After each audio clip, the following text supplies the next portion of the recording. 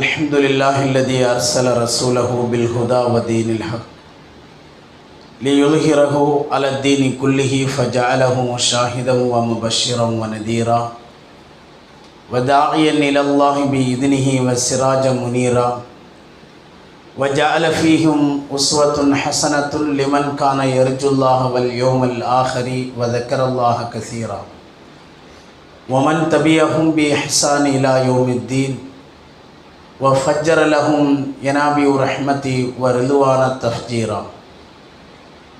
أعوذ بالله من الشيطان الرجيم. بسم الله الرحمن الرحيم. يا أيها الناس اتقوا ربكم الذي خلقكم من نفس واحدة وخلق منها زوجها وبث منهما رجالا كثيرا ونساء واتقوا الله الذي تساءلون به والأرحام إن الله كان عليكم رقيبا.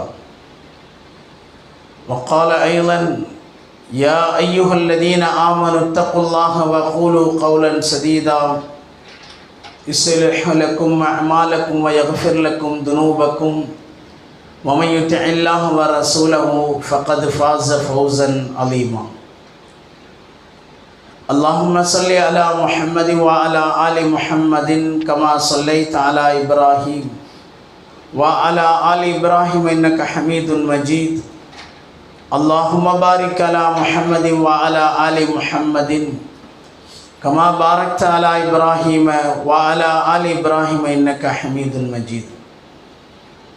அனைத்து புகழும் அல்லாஹ் ஒருவனுக்கே உரித்தாக்கி அவனது சாந்தியும் சமாதானமும் கருணையும் கிருபையும் சத்திய தூதர் முஹம்மது நபி ஸல்லல்லாஹு அலைஹி வஸல்லம் அவர்கள் மீதும் அவர்களின் வாழ்க்கை நெறிமுறைகளை பின்பற்றி வாழ்ந்த உத்தம சத்திய சஹாபாக்கள், தாபியீன்கள், தாபியீன்கள், நல்லடியார்கள், அல்லாஹ் நம் மீது கடமையாக்கிய இந்த ஜுமா தொழுகை நிறைவேற்றுவதற்காக அவனுடைய இறை இல்லத்திலே ஒன்று கூடியிருக்கக்கூடிய நம் அனைவர்கள் மீதும் என்றென்றும் நிலவட்டுமாக.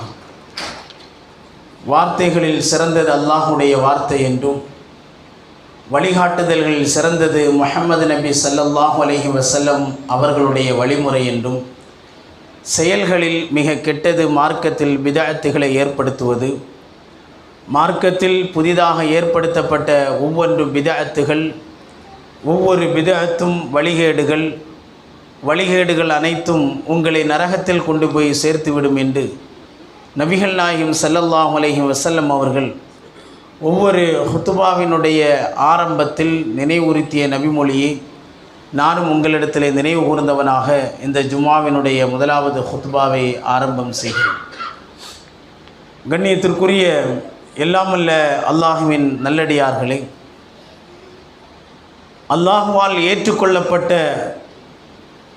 அங்கீகரிக்கப்பட்ட இந்த இஸ்லாமிய மார்க்கத்திலே முஸ்லிம்களாக வாழ்ந்து கொண்டிருக்கக்கூடிய நமக்கு நம்முடைய மார்க்கத்தின் அடிப்படை கொள்கை என்ன என்பதை எப்படி இறைத்தூதர் ஸல்லல்லாஹு அலைஹி வஸல்லம் அவர்கள் நமக்கு எடுத்து சொன்னார்களோ, அதேபோல் இந்த மார்க்கம் வெறுமனே ஆன்மீகத்தை மட்டும் போதிக்காமல் எப்படி ஒரு மனிதன் தொழ வேண்டும், நோன்பு நோற்க வேண்டும், இன்ன பிற வணக்க வழிபாடுகளை செய்ய வேண்டும் என்பதோடு மட்டுமல்லாமல் ஒழுக்க ரீதியாக பல பண்பாடுகளையும், இன்னும் இந்த உலகத்தில் ஒரு மனிதன் இன்னொரு மனிதனிடத்தில் எப்படி வாழ வேண்டும் என்கிற ஒழுக்கம் சார்ந்த சில செயல்களையும், குடும்ப உறவுகளையும் நாம் எப்படி பேண வேண்டும் என்பதை குறித்து அல்லாஹும் அல்லாஹ்வினுடைய தூதர் ஸல்லல்லாஹு அலைஹி வஸல்லம் அவர்களும்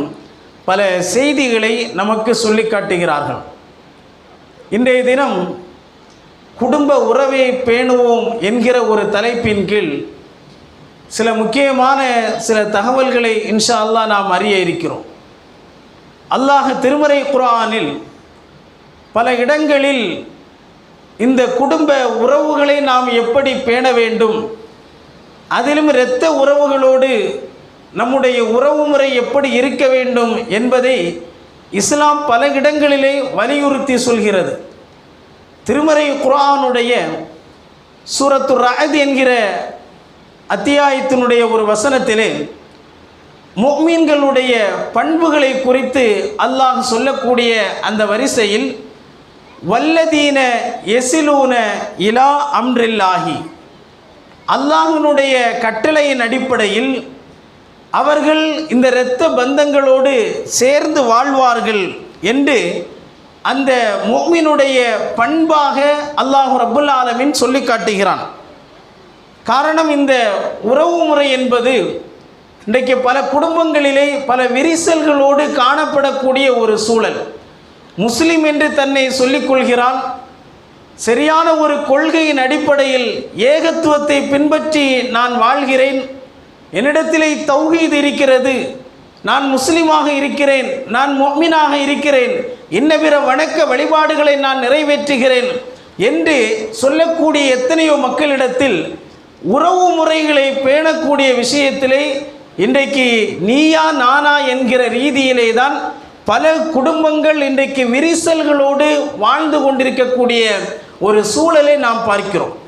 இது எந்த அளவிற்கு மார்க்கத்திலே வலியுறுத்தப்பட்ட ஒரு செயல், எப்படி தொழுகை என்கிற ஒரு கடமையை நீங்கள் நிறைவேற்ற வேண்டும், அது ஃபர்ல் கடமை என்று சொல்லப்படுகிறதோ, இன்னவிர வணக்க வழிபாடுகள் எப்படி கடமை என்று நமக்கு சொல்லித்தரப்படுகிறதோ, அதே போல குடும்ப உறவுகளை பேணுவது என்பது வாஜிப் என்று ஜும்ஹூருல் உலமா, இஜ்மா சஹாபா, அதிகமான அறிஞர்களுடைய கருத்தாக பல வசனங்களின் அடிப்படையிலே நாம் பார்க்கிறோம்.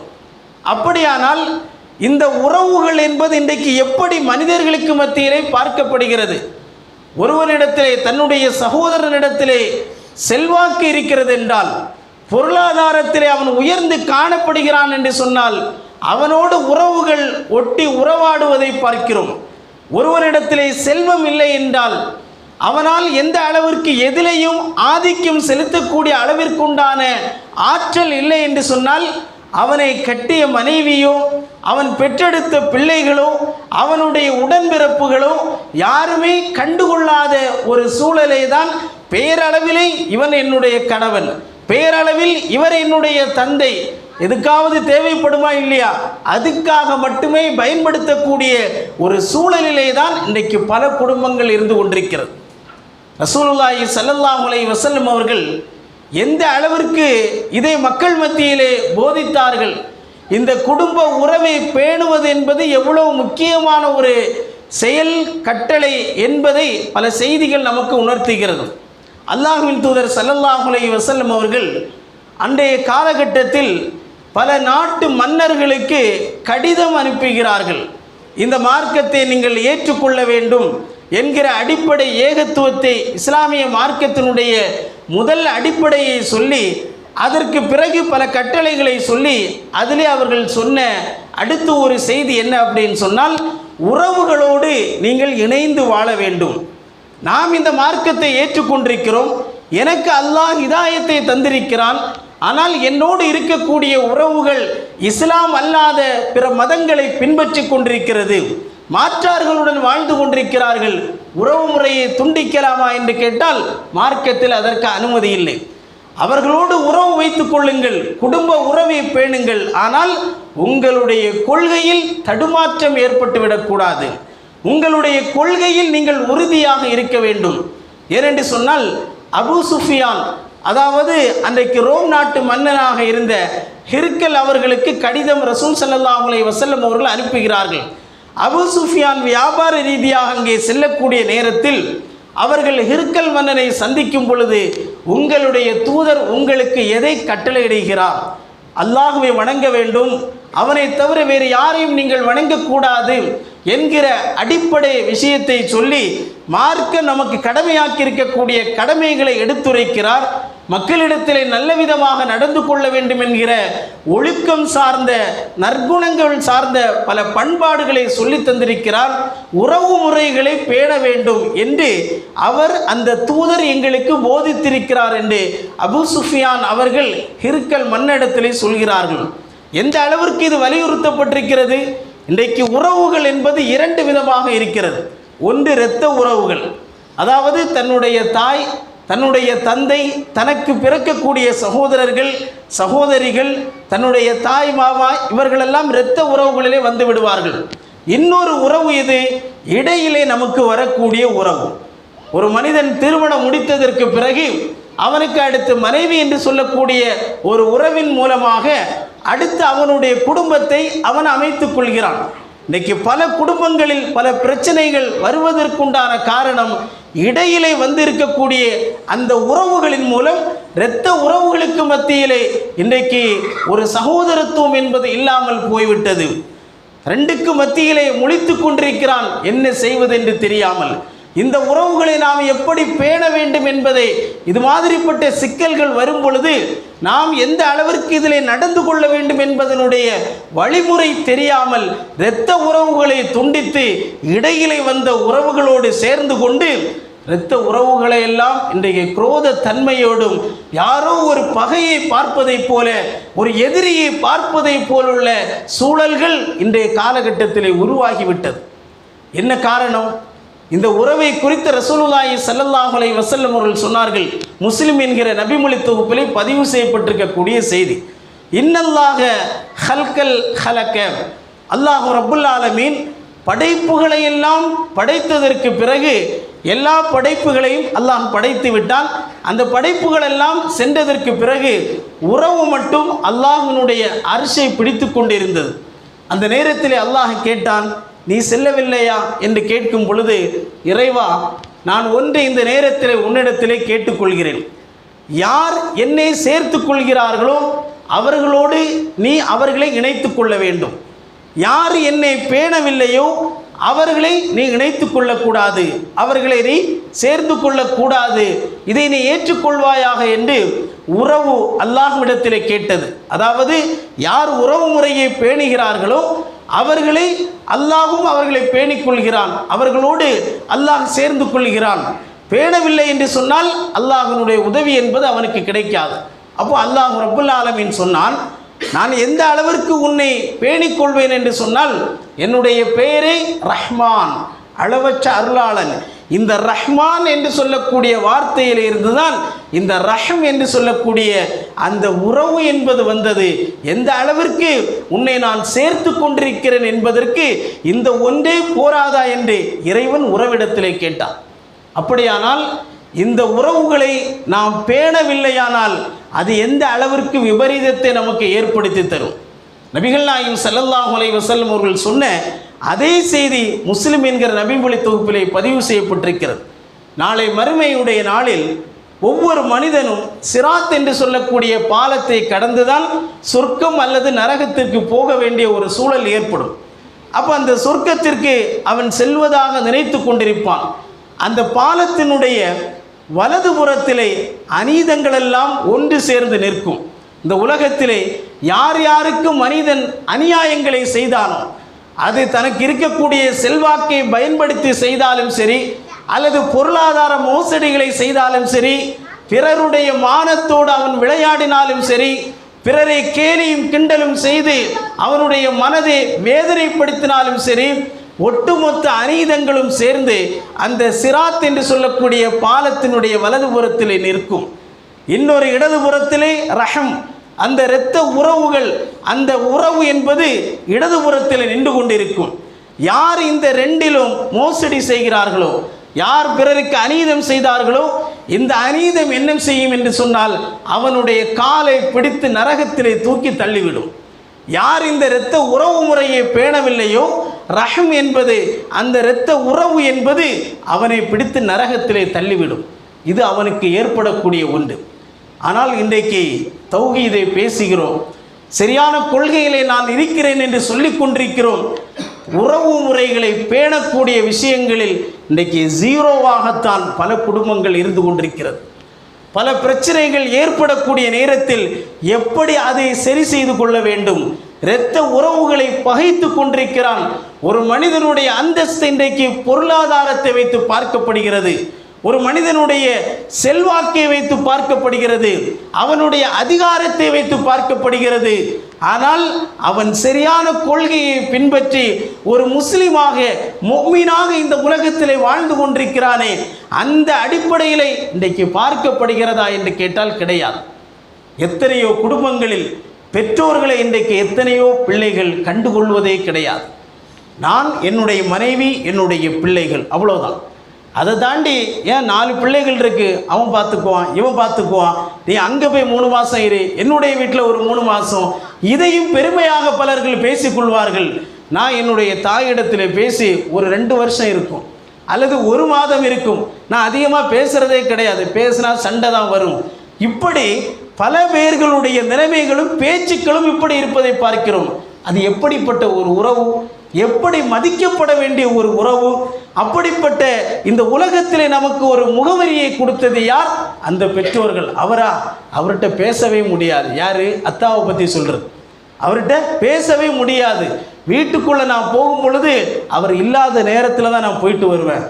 இப்படி பல்வேறு விதமான பிரச்சனைகளை வளர்ந்து கொண்டிருக்கக்கூடிய இளைய சமுதாயமும் அதே போல வாழ்ந்து கொண்டிருக்கக்கூடிய எத்தனையோ மக்களும் இன்றைக்கு செய்து கொண்டிருப்பதை பார்க்கிறோம். கண்ணியத்திற்குரியவர்களே, ஒரு குடும்பம் என்று ஒரு மனிதனுக்கு வரக்கூடிய நேரத்தில் பல பிரச்சனைகளை அவன் எதிர்கொண்டு தான் ஆக வேண்டும். அவன் நினைத்ததை போல் வாழ முடியாது. தனக்கென்று ஒரு மனைவி, மக்கள் வந்து விட்டார்கள் என்று சொன்னால் உறவு முறைகளை பேணக்கூடிய விஷயத்தில் இன்னைக்கு எத்தனை பேர்கள், எத்தனையோ பிள்ளைகளுக்கு தன்னுடைய உறவுகள் யார் என்பதே தெரியாது. அவனுடைய வாழ்க்கையெல்லாம் இன்றைக்கு செல்போனோடு நடத்தி கொண்டிருக்கக்கூடிய சூழல். வீட்டில் யாராவது வந்துவிட்டால் யார் வந்திருக்கிறார் என்று கூட தெரியாமல் ஃபோனுக்கும் அவனுக்கும் ஒரு தொடர்புடையவர்களாகத்தான் உறவு முறைகளை பார்த்தாலே இவன் ஏன் இந்த நேரத்தில் வந்தாங்க, நம்ம இந்த ஃபோனோடு ஒரு தொடர்புகளை வைத்து கொண்டிருக்கிறோம், இந்த நேரத்தில் போய் வந்துக்கிட்டு இது மாதிரி சில நேரங்களில் சில பேர் அட்வைஸ் பண்ணுவார்கள். சொல்லக்கூடிய நேரத்தில் இதெல்லாம் பூமர் ஆண்டி அல்லது பூமர் அங்கிள் அப்படின்னு சொல்லி அவர்களை இழிவுபடுத்தக்கூடிய சூழல். இன்னைக்கு உபதேசங்கள் சொன்னால் வளர்ந்து வரக்கூடிய சந்ததிகளுக்கு பிடிக்காது. எதற்காக வேண்டி சொல்கிறார்கள் என்பதை பற்றி தெரியாமல் பல்வேறு விதமான இந்த உலக ஆதாயத்தினுடைய ஆசாபாசத்திலே மூழ்கி கொண்டு உறவுகளுக்கும் அவர்களுக்கும் சம்பந்தமில்லாத ஒரு நிலையிலே தான் பல பேர்களுடைய வாழ்க்கைகள் இருந்து கொண்டிருக்கிறது. கண்ணியத்திற்குரியவர்களே, இந்த உறவு முறைகளை பேணுவதை குறித்து எந்த அளவிற்கு இதற்கு முன்னால் வாழ்ந்த மக்கள் நடந்திருக்கிறார்கள் அப்படின்னு சொன்னால், ஹஜ்ஜாஜ் இப்னு யூசுஃபினுடைய காலகட்டத்தில் ஒரு நிகழ்வு நடக்கிறது. அதாவது ஒரு பெண்ணினுடைய சகோதரன், ஒரு பெண்ணினுடைய மகன், அதே பெண்ணினுடைய கணவன், 3 பேரும் சேர்ந்து, ஒரு பெண்ணினுடைய கணவன், அதே பெண்ணினுடைய மகன், அதே பெண்ணினுடைய கணவன், 3 பேரும் சேர்ந்து அந்த மன்னனுக்கு எதிராக கிளர்ச்சி செய்கிறார்கள். அந்த மன்னனை பொறுத்தமட்டில் தனக்கு எதிராக யாராவது கிளர்ச்சி செய்தால் உடனடியாக அவர்களுக்கு மரண தண்டனை தான் விதிக்கப்படும். அப்போ இப்படிப்பட்ட ஒரு சூழல் ஏற்படுகிறது. அப்போ இது மாதிரிப்பட்ட இந்த நேரத்தில் யார் கிளர்ச்சி செய்கிறார் என்பதை கண்டறிந்து அவர்களுக்கு நாளை மரண தண்டனை என்று ஹஜ்ஜாஜ் இப்னு யூசுஃப் அவர்கள் விதிக்கிறார்கள். உடனே அவருடைய அந்த ஒரு பெண் ஹஜ்ஜாஜ் இப்னு யூசுஃப் இடத்திலே சொல்கிறார், அதாவது இவர் என்னுடைய சகோதரர், இவர் என்னுடைய கணவர், இவர் நான் பெற்றெடுத்த மகன், இந்த 3 பேர்களுக்கும் நீங்கள் மரண தண்டனை விதித்திருக்கிறீர்கள். இந்த நேரத்திலே விதித்து விட்டால் என்னுடைய நிலைமை என்ன, அவர்களை மன்னித்து விடலாமே என்று கேட்கும் பொழுது அந்த மன்னன் சொல்கிறான், நான் மரண தண்டனை விதித்தால் கண்டிப்பாக அதை நிறைவேற்றியே தீருவேன், அதில் எந்த மாற்றமும் கிடையாது. அப்படி வேண்டுமானால் ஒரே ஒரு வாய்ப்பு மட்டும் உனக்கு உண்டு, இந்த 3இல் எந்த உறவு உனக்கு வேண்டும் என்று கேட்கப்படுகிறது. அப்போ இன்னைக்கு நிலைமைகள் இதே கொஸ்டின் ஜும்மா இல்லை, இருக்கக்கூடிய ஆண்கள்கிட்ட உங்களுக்கு எந்த உறவு வேணும் அப்படின்னு கேட்டால் யாரை நாம் தேர்வு செய்வோம்? அப்போ ஒரு பக்கத்தில் குழப்பங்களும் ஏற்படும், இவர் என்னுடைய கணவர் யாரை தேர்வு செய்தார் அப்படிங்கிற அந்த குழப்பங்களும் ஏற்படும். அப்போ இப்படி இருக்கக்கூடிய நேரத்தில் அந்த மன்னன் அடுத்த நாள் அந்த பெண்ணை சோதிக்கிறார். இவர் எந்த உறவை தேர்வு செய்கிறார்? 3 முக்கியமான உறவுகள். கணவன் நம்முடைய வாழ்க்கையில் ஏற்படக்கூடிய எல்லா இன்ப துன்பங்களிலும் கலந்து கொண்டு நம்மோடு நம்முடைய வாழ்க்கை துணையாக இருக்கக்கூடியவர்கள், இந்த உறவும் தேவை. அதே சமயம் நான் 10 மாதம் பெற்றெடுத்த என்னுடைய குழந்தை, இந்த உறவும் எனக்கு தேவை. அதே போல் என்னுடைய இரத்த உறவு சகோதரனும் எனக்கு தேவை.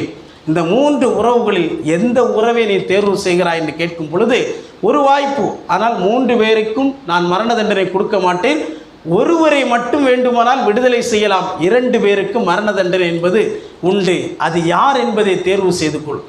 அந்த மன்னன் நினைக்கிறான் தன்னுடைய கணவனை தேர்வு செய்வாள் என்று, அல்லது தன்னுடைய மகனை தேர்வு செய்வாள் என்று. சகோதரனை எல்லாம் எதிர்பார்க்கவே இல்லை. கடைசியில் அந்த பெண் சொல்கிறாள், 3 பேரையும் பார்க்கிறாள். ஒட்டுமொத்த அந்த கூடமே அப்படியே அவளை பார்த்து கொண்டிருக்கிறது, என்ன முடிவு செய்ய போகிறாள் என்று. கடைசியில் பார்த்தால் தன்னுடைய சகோதரனை தேர்வு செய்கிறாள், இரத்த உறவை தேர்வு செய்கிறாள். அப்போ இவன் கேட்டான், ஏன் நீ அந்த சகோதரனை தேர்வு செஞ்சா? உன்னுடைய கணவனை விட்டுவிட்டு, உன்னுடைய மகனை விட்டுவிட்டு இந்த சகோதரனை தேர்வு செய்திருக்கிறாய், என்ன காரணம்? ஒருவேளை என்னுடைய கணவன் இறந்து விட்டால் 4 மாதம் 10 நாள் இத்தாவை முடித்து திரும்ப மறுமணம் செய்வதற்கு எனக்கு மார்க்கத்தில் அனுமதி உண்டு. இன்னொரு கணவர் எனக்கு கிடைப்பார். ஒருவேளை நான் பெற்றெடுத்திருக்கக்கூடிய இந்த குழந்தை, என்னுடைய இந்த மகன் மரணித்து விட்டால் இதற்கு பிறகு என்னுடைய குழந்தை இறைவன் நாடினால் எனக்கு கிடைக்கும்.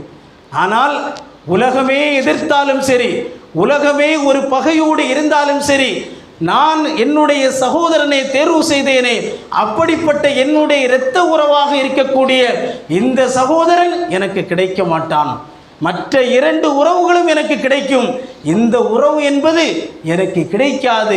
அதனால்தான் இந்த இரத்த உறவை நான் தேர்வு செய்தேன் என்று அந்த பெண் அந்த காரணத்தை சொன்னாள் என்றால், கண்ணியத்திற்குரியவர்களே, எந்த அளவிற்கு இன்றைக்கு பேணப்பட வேண்டும் அப்படிப்பட்ட உறவுகள்.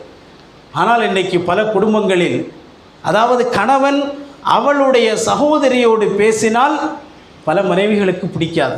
ஏன் இவங்க இவ்வளோ நேரம் பேசிக்கிட்டு இருக்கிறாங்க, அப்படி என்னதான் அக்கா தங்கச்சிட்ட நீங்கள் பேசுகிறீங்க, பல பேர்களுக்கு பிடிக்காது.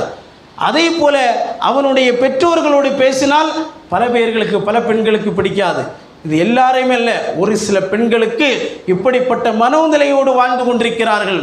கண்ணியத்திற்குரியவர்களே, நாம் பேண வேண்டிய உறவுகள் இன்னைக்கு பார்க்கிறோம். சில குடும்பங்களில் தன்னுடைய மனைவியின் சகோதரனோடு ஒட்டி உறவாடக்கூடிய நிலை, தன்னுடைய சகோதரனை கண்டுகொள்வதே கிடையாது. அவன் இரத்த உறவு, தனக்கு அடுத்து பிறந்தவன், எனக்கு முன்னால் பிறந்தவன், அவனை கண்டுகொள்வது கிடையாது. மனைவியினுடைய சகோதரனுக்கு கொடுக்கக்கூடிய முக்கியத்துவம் தன்னுடைய சகோதரனுக்கு கொடுக்க மாட்டான்.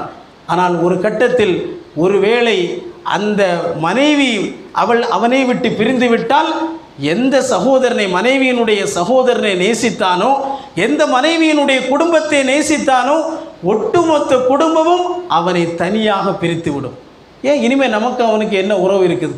இந்த உறவு வருவதன் காரணம், என்னுடைய பிள்ளையை அவனுக்கு நான் திருமணம் செய்து கொடுத்தேன், அவளுடைய சகோதரனாக நான் இருந்ததின் காரணமாகத்தான் அவரோடு நான் இவ்வளவு தொடர்புகளை வைத்தேன்.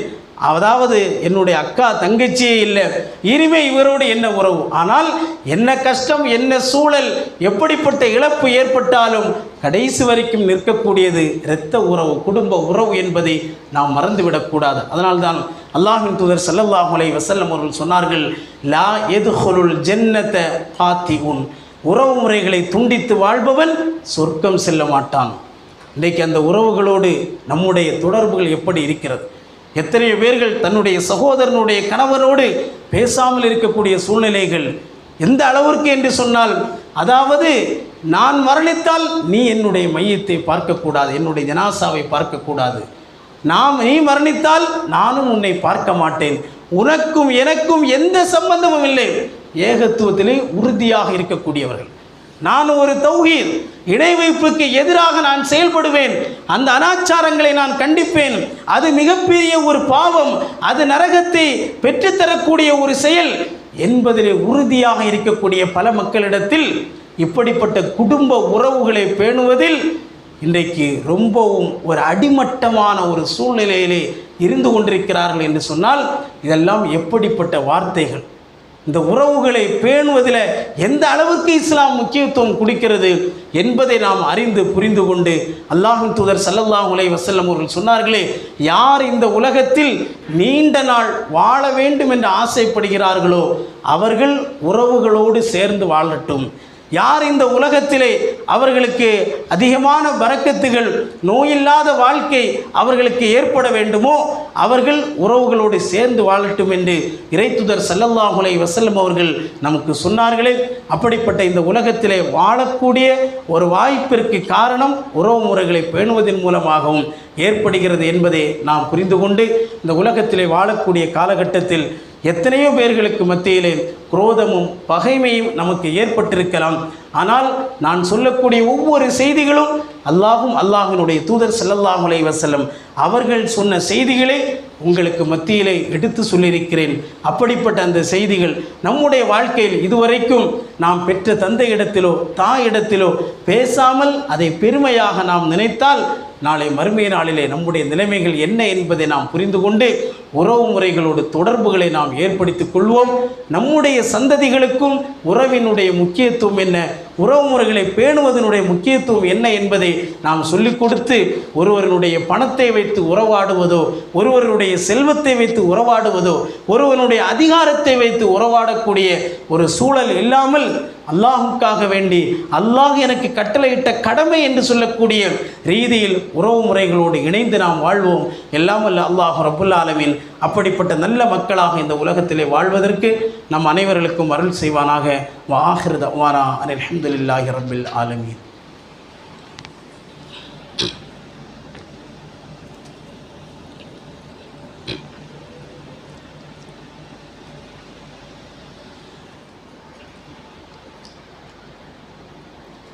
ரப்பி ஷ்ரஹ் லி ஸத்ரி வ யஸ்ஸிர் லி அம்ரி வஹ்லுல் உக்ததம் மின் லிஸானி யஃப்கஹு கௌலி. கண்ணியத்திற்குரிய சகோதர சகோதரிகளே, அல்லாஹ் இந்த மார்க்கத்தில் நமக்கு கடமையாக்கியிருக்கக்கூடிய கடமைகளில் ஒன்றுதான் எந்த காரணமும் சொல்லாமல் இறைவனுக்கு நாம் செய்ய வேண்டிய அந்த கடமையான மறுமை நாளில் முதல் விசாரணையாக இருக்கக்கூடிய தொழுகை தான். இந்த தொழுகைக்கு நாம் எந்த காரணமும் சொல்லி நாம் தப்பிக்க முடியாது. முன்னால் நின்று தொழ முடியவில்லை என்று சொன்னால் உட்கார்ந்து தொழுவதற்கு அனுமதி உண்டு. உட்கார்ந்து தொழ முடியவில்லை என்று சொன்னால் அமர்ந்து, அதாவது படுத்து தொழுவதற்கு அனுமதி உண்டு. இல்லை என்று சொன்னால் சைகையால், இஷாராவால் கூட அந்த தொழுகையை நிறைவேற்ற வேண்டும் என்பது இறை தூதரினுடைய ஒரு கட்டளை. இப்படிப்பட்ட இந்த தொழுகையை குறித்து அல்லாஹ் திருமறை குர்ஆனிலே சொல்லுகிறான், இன்ன ஸலாத்த தன்ஹா அனில் ஃபஹ்ஷாஇ வல் முன்கர். நிச்சயமாக இந்த தொழுகை என்பது மானக்கேடான, தீய, அருவருக்கத்தக்க எல்லா விஷயங்களை விட்டும் உங்களை தடுக்கிறது. இன்றைக்கி சமூகத்தில் பல குழப்பங்கள், பல குடும்பங்களில் பல பிரச்சனைகள், நிம்மதி இல்லாத ஒரு வாழ்க்கை, பல குழப்பங்களோடு ஒரு மனிதன் வாழ்ந்து கொண்டிருக்கிறான். நெருக்கடியான ஒரு சூழல், வியாபாரத்திலே பரக்கத்தில்லை, குடும்பத்திலே நிம்மதி இல்லை, மனைவி மக்களின் மூலம் நமக்கு எந்த ஒரு நிம்மதியும் இல்லாமல் இன்றைக்கு பல குடும்பங்கள் இருந்து கொண்டிருக்கிறது என்று சொன்னால் அதற்கான அடிப்படை தொழுகை என்று சொல்லக்கூடிய இபாதத் அவர்களிடத்திலே வந்துவிட்டாலே அவனை எல்லா விதமான அனைத்து மானக்கேடான தீய விஷயங்களை விட்டும் அது அவனை காத்துக்கொள்ளும். எல்லா விதமான அமைதியும் அவன் பெற்றுக்கொள்ளலாம். ஆனால் இந்த இபாதத்து விஷயத்தில் இன்றைக்கி நாம் எந்த அளவிற்கு பொடுபோக்காக இருக்கிறோம். அதாவது குறிப்பாக ஃபஜ்ருடைய தொழுகை, எந்த காரணத்தை நாம் இறைவனிடத்திலே சொல்ல முடியும்? மற்ற 4 வக்துகளுக்கு வெளியே நாம் செல்லக்கூடிய நேரத்தில் ஆங்காங்கே எங்கே செல்கிறோமோ அந்த இடத்திலே கிடைத்த பள்ளிவாசலை நாம் தொழுது கொண்டிருக்கிறோம், அந்த கடமைகளை நிறைவேற்றுகிறோம். இரவு நேரத்திலே எப்படியும் வீட்டிற்கு நாம் வருகிறோம். ஆனால் ஃபஜ்ர் என்பது இன்றைக்கு பல மக்களுக்கு இல்லாத ஒரு சூழல். அப்போ எப்படி குடும்பத்தில் நிம்மதியை நாம் எதிர்பார்க்க முடியும்? எனக்கு கஷ்டம், வியாபாரத்தில் சிக்கல், இப்படிப்பட்ட பல நெருக்கடிகளோடு நான் வாழ்ந்து கொண்டிருக்கிறேன். அந்த நெருக்கடியை போக்கக்கூடிய செயல்கள் என்னிடத்தில் இருந்து கொண்டிருக்கிறதா?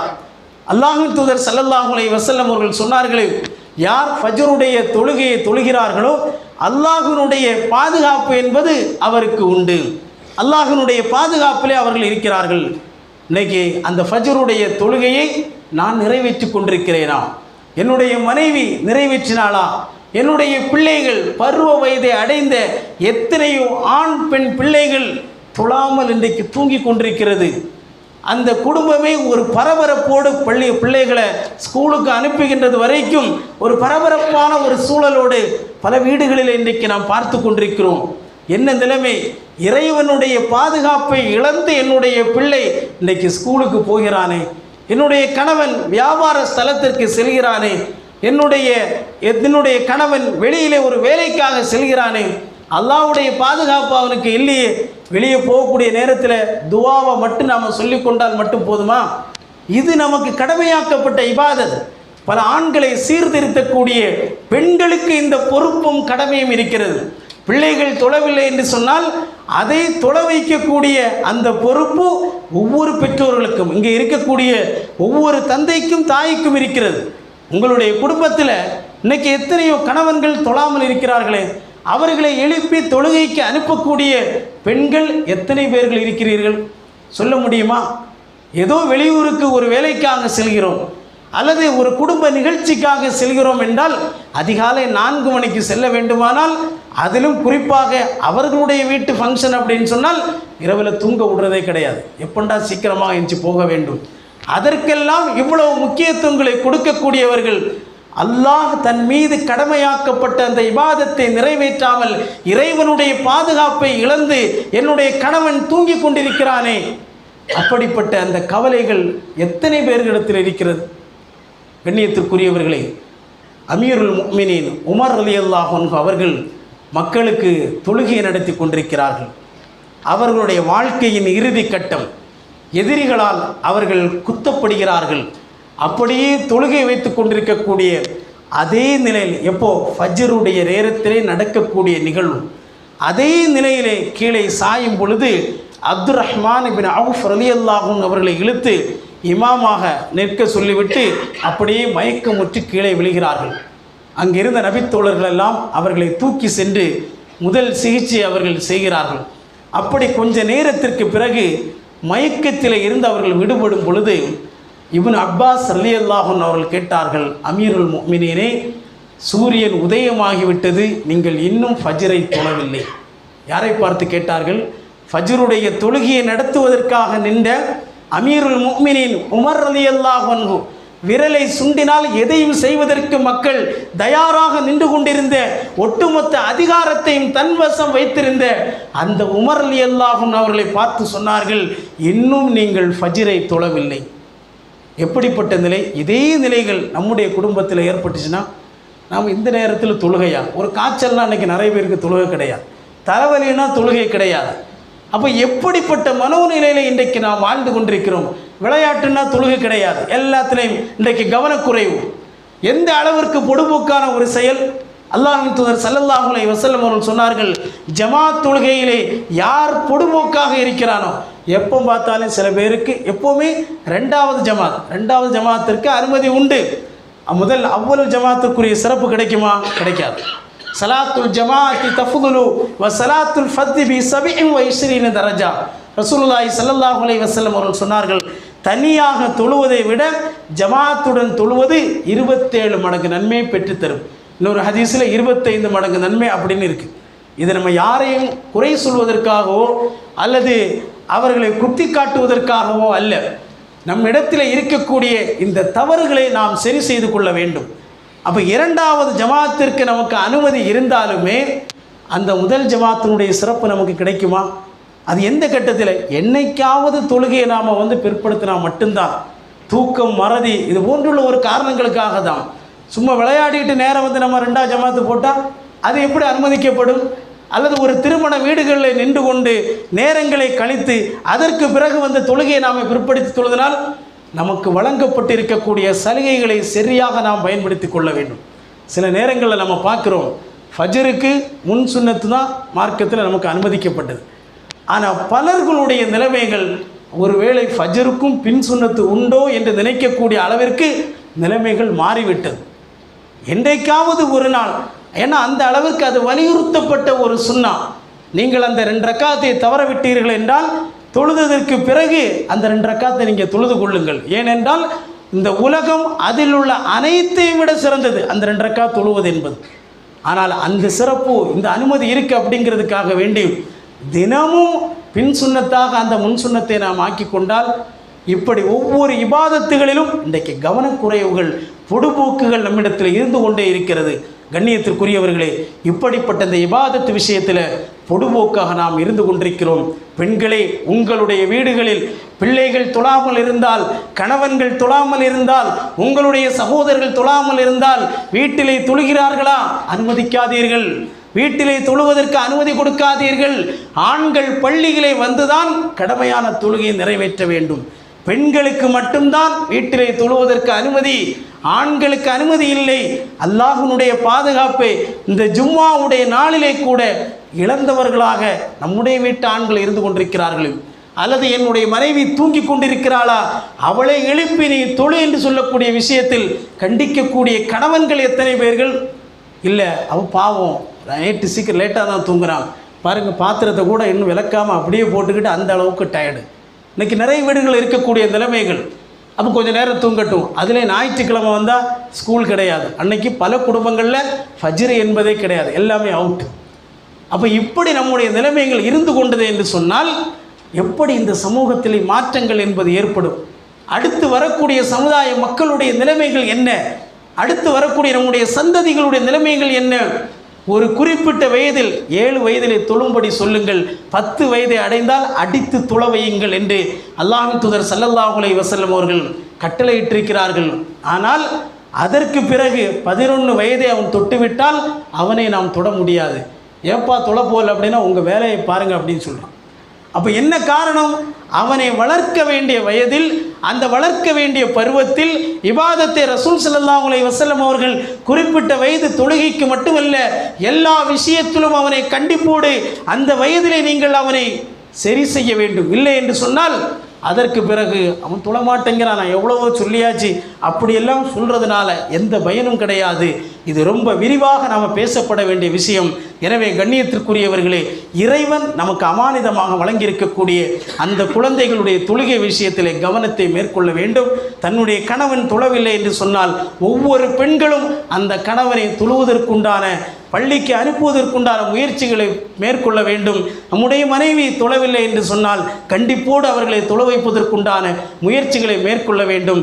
அப்படிப்பட்ட இபாதத் நம்முடைய குடும்பத்திலே சரியான முறையில் இருந்து விட்டாலே 100க்கு 99 பிரச்சனைகள், சதவீத பிரச்சனைகளில் ஒரு தீர்வு என்பது நமக்கு கிடைக்கும். நாம் நினைக்கக்கூடியது நமக்கு வேண்டுமா? அழகான பெண் வேண்டுமா? அல்லது அழகான வியாபாரங்கள் வேண்டுமா? வியாபாரத்தில் லாபம் வேண்டுமா? பரக்கத்துகள் வேண்டுமா? அடிப்படை முதல்ல தொழுகையை நிறைவேற்றுங்கள்.